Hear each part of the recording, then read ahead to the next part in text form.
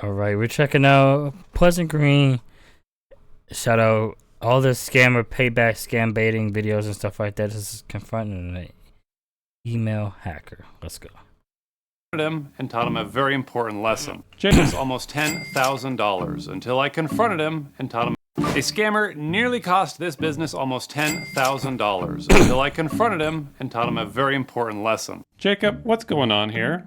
What's she talking about? Nigerian fraud? What's this about? I don't know. I'm really surprised. And unless you want scammers infiltrating your place of work, I suggest you pay very close attention to how this scammer nearly pulled it off. Now, this story begins when my friend Alex got to work and saw that there was some commotion happening in the accounting department.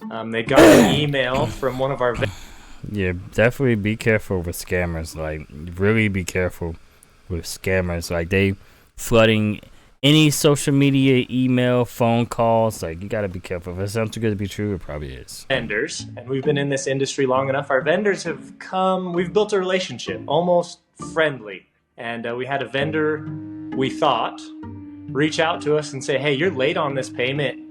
Because you're late, we need you to pay differently than you normally do. Send us a wire transaction. And the accountants thought that the email was real because attached to it was an invoice for some products that they had actually ordered a week earlier. It was just under $10,000. Okay, so it was a good amount. Good amount, we're not talking incredible amounts of money, but definitely a good chunk of change. And the instructions on this email were to send a wire transfer to a different bank in New Mexico, which was very weird considering this vendor is in Utah, literally 30 minutes away from Alex's office. So the team started to ask questions and they pulled up the email once again. So we start looking closer and closer, and we see that this email is not from the exact email address we think. Instead of a lowercase l, there's an I that's been placed in there.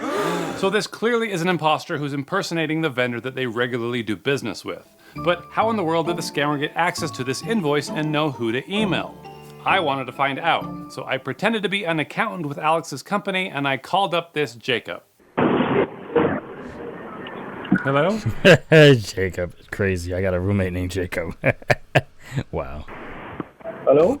Hi, looking for Jacob. Is this him?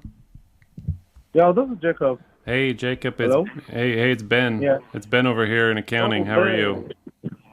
I'm fine, thank you. What about you? Oh, doing great. Hey, I heard that you are looking for payment on this recent invoice. Is that right? Yeah, that's correct. Yeah. Is it- We've been waiting for it right now. So then I threw out a couple of details, like a fake bank to see if Jacob would play along. How come you're not banking at the Best Western Bank anymore? No, if we were banking with Western Bank, would have charged. Someone sent us a check, and but I think the payment got reversed, so we don't want to use. And this that. guy clearly knows nothing because Best Western is a hotel chain and not a bank. You guys had such a good partnership with the Best Western Bank. I thought that you guys were gonna, work with them forever. Yeah, we're working with them forever. We just we'll post them on that because there was a check sent to us. Yeah, which, he's full of crap. So I make up more lies. Are you still working with Dan? He's been the guy that I've been working with over there. Is he still working with you guys, Dan? Yeah, that's correct. There's nobody by the name of Dan at this company. I just made it up. But then he goes on to make up more excuses. Now, there's some cases where you can make something up and it slightly might be true. It just, oh, shoot, I didn't. Like, if someone was to say my name just jokingly, ha ha ha, that's a common name. But like, oh shoot, that is his name, kind of. This is about why I need to send money to this new bank account instead of the original one. Because Brian has been having issues to do the transfer. I think you could do the domestic transfer to the SK bank. So I don't know why. So that's why I'm asking if we could provide another bank information because we just opened about 3 new banks information. That's why. Oh, you have multiple bank accounts I can send to. Is that right? Yeah, that's correct. And collecting these bank accounts is one of the primary goals of scam baiting because we can report them and hopefully get them shut down. And sometimes when the bank flags these accounts, they notice other pending transactions from victims that they can cancel. And I've had this happen more than once, so reporting this information really can stop scams. Yeah, why don't you send me all 3? So I get Jacob to send me the information and hopefully the banks will take action on these accounts. But now let's see how much time of his I can waste. Hey, just to let you know, let me run this past you. If I need to get this to you quicker, those wires, they can sometimes take 3 to 5 days. And if Yeah, they're gonna yeah. charge me $30 for a wire, like I'll just come down there and bring you a check.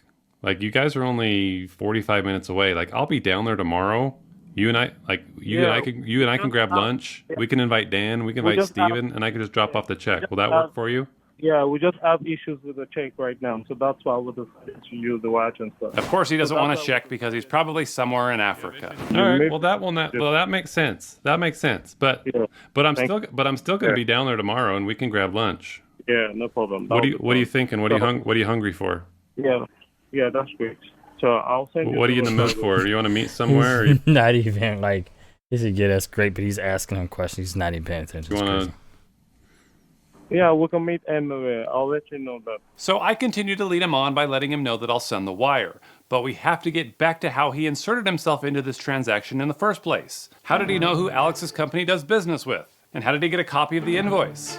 Well, this video is brought to you by the letters BEC, Business Email Compromise. And I talked to security tech YouTuber Liron Segev to see how common this is. When it comes to the business side of it, we have seen a lot of very targeted attacks.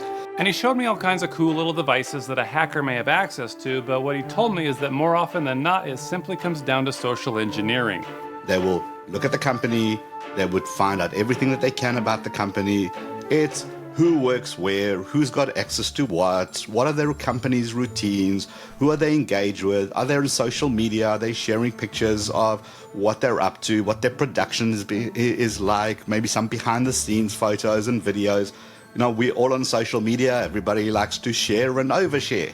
And that's gold mine for these guys to get it. That's something you gotta take a understanding too, as well as being careful of oversharing on YouTube and social media. I meant to just say social media, but I'm on YouTube. Either way, be careful of oversharing in general, because you never know who can steal your information. Like, we gotta be careful out here.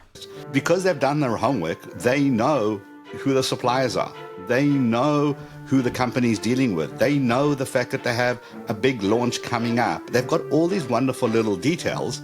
And when they start crafting an email, this is very, very tailored to that business. It sounds to me in this case that they were able to fish the person and create maybe a link that they would click on. That link could have come up as their own company's website. Could be their web access to their company's email. It could be into one of their external systems. Maybe they use QuickBooks or an accounting system.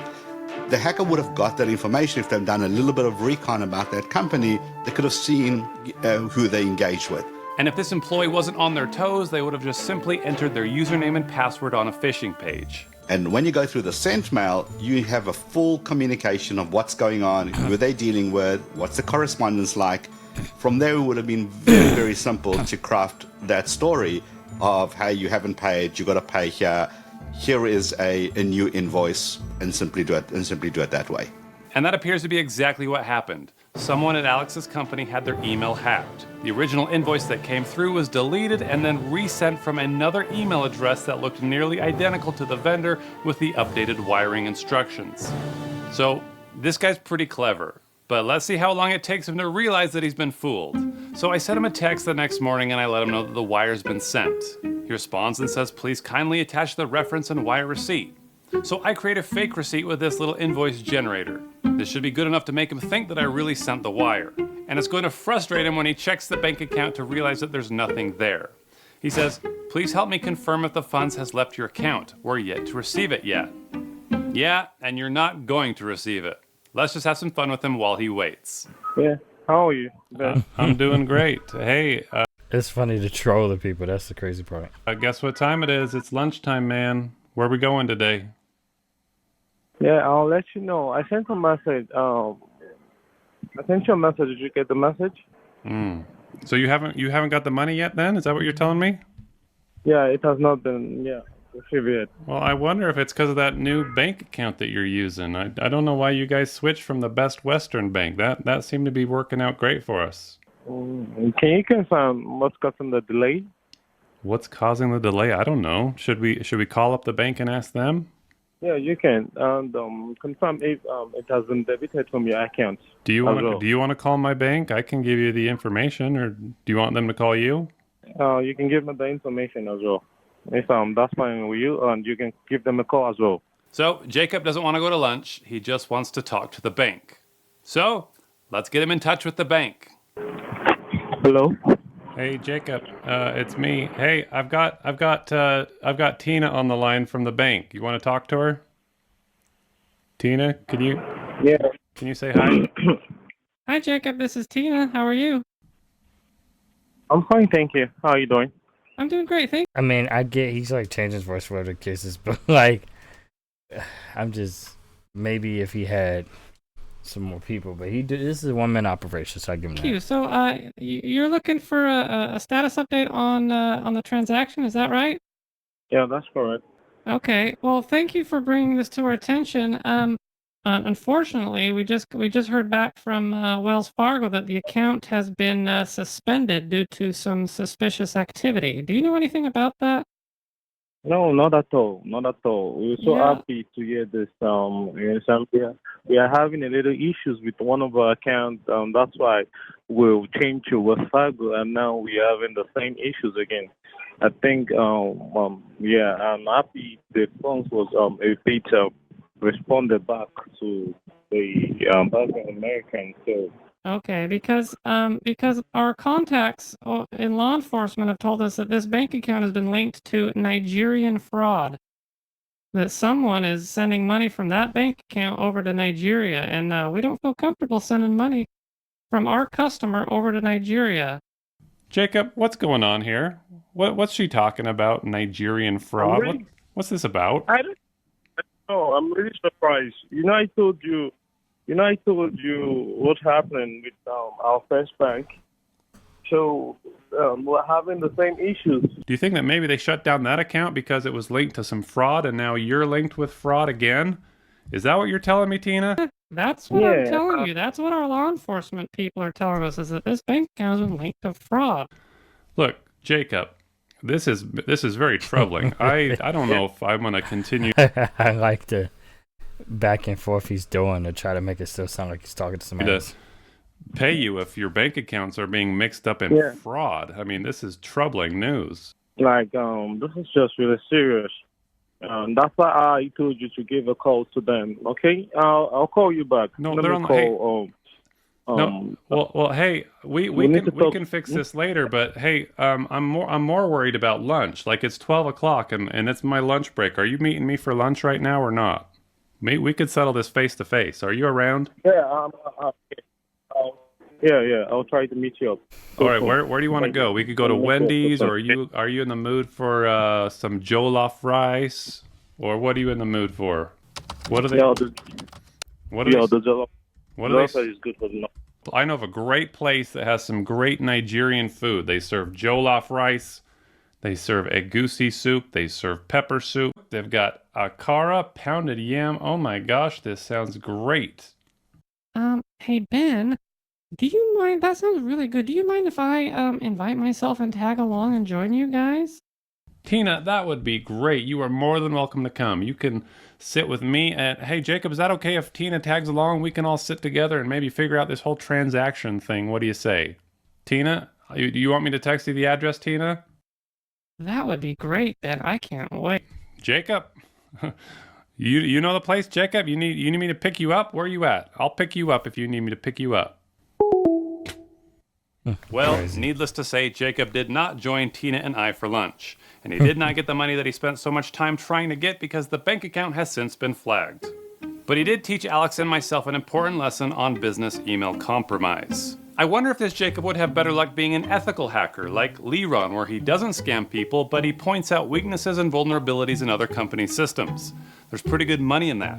Or he can just keep sending phishing links, but I hope he's not successful because now you all know how to avoid something like this. For the love of everything, don't think that it could never happen to you. It's not if, it's just gonna be when. It's just gonna happen. So we gotta have this attitude of it can happen to you. You just gotta be aware of it. Anyway, I want to thank you for checking out this video, and I hope that you stay safe. Surprising. I might want to check that out next. But yeah, listen, you gotta be real careful with these scammers, man. I'm trying to tell you, man. They out here, man. But if you guys enjoyed the video, please don't forget to like, comment, subscribe, share with your friends. I put the videos out every single week, pretty much every single day. Go to 1,000. Let's get it in. I appreciate you guys. I love you guys. Thank you guys so much for rocking with me. Let me know down in the comment section what you guys want to see next. Other than that, I gotta go. Yeah. We out here, man. We posting some videos, man. Trying to get some more up for you guys. But I'll see you guys, man. Thank you guys so much, and catch you guys on the flip side.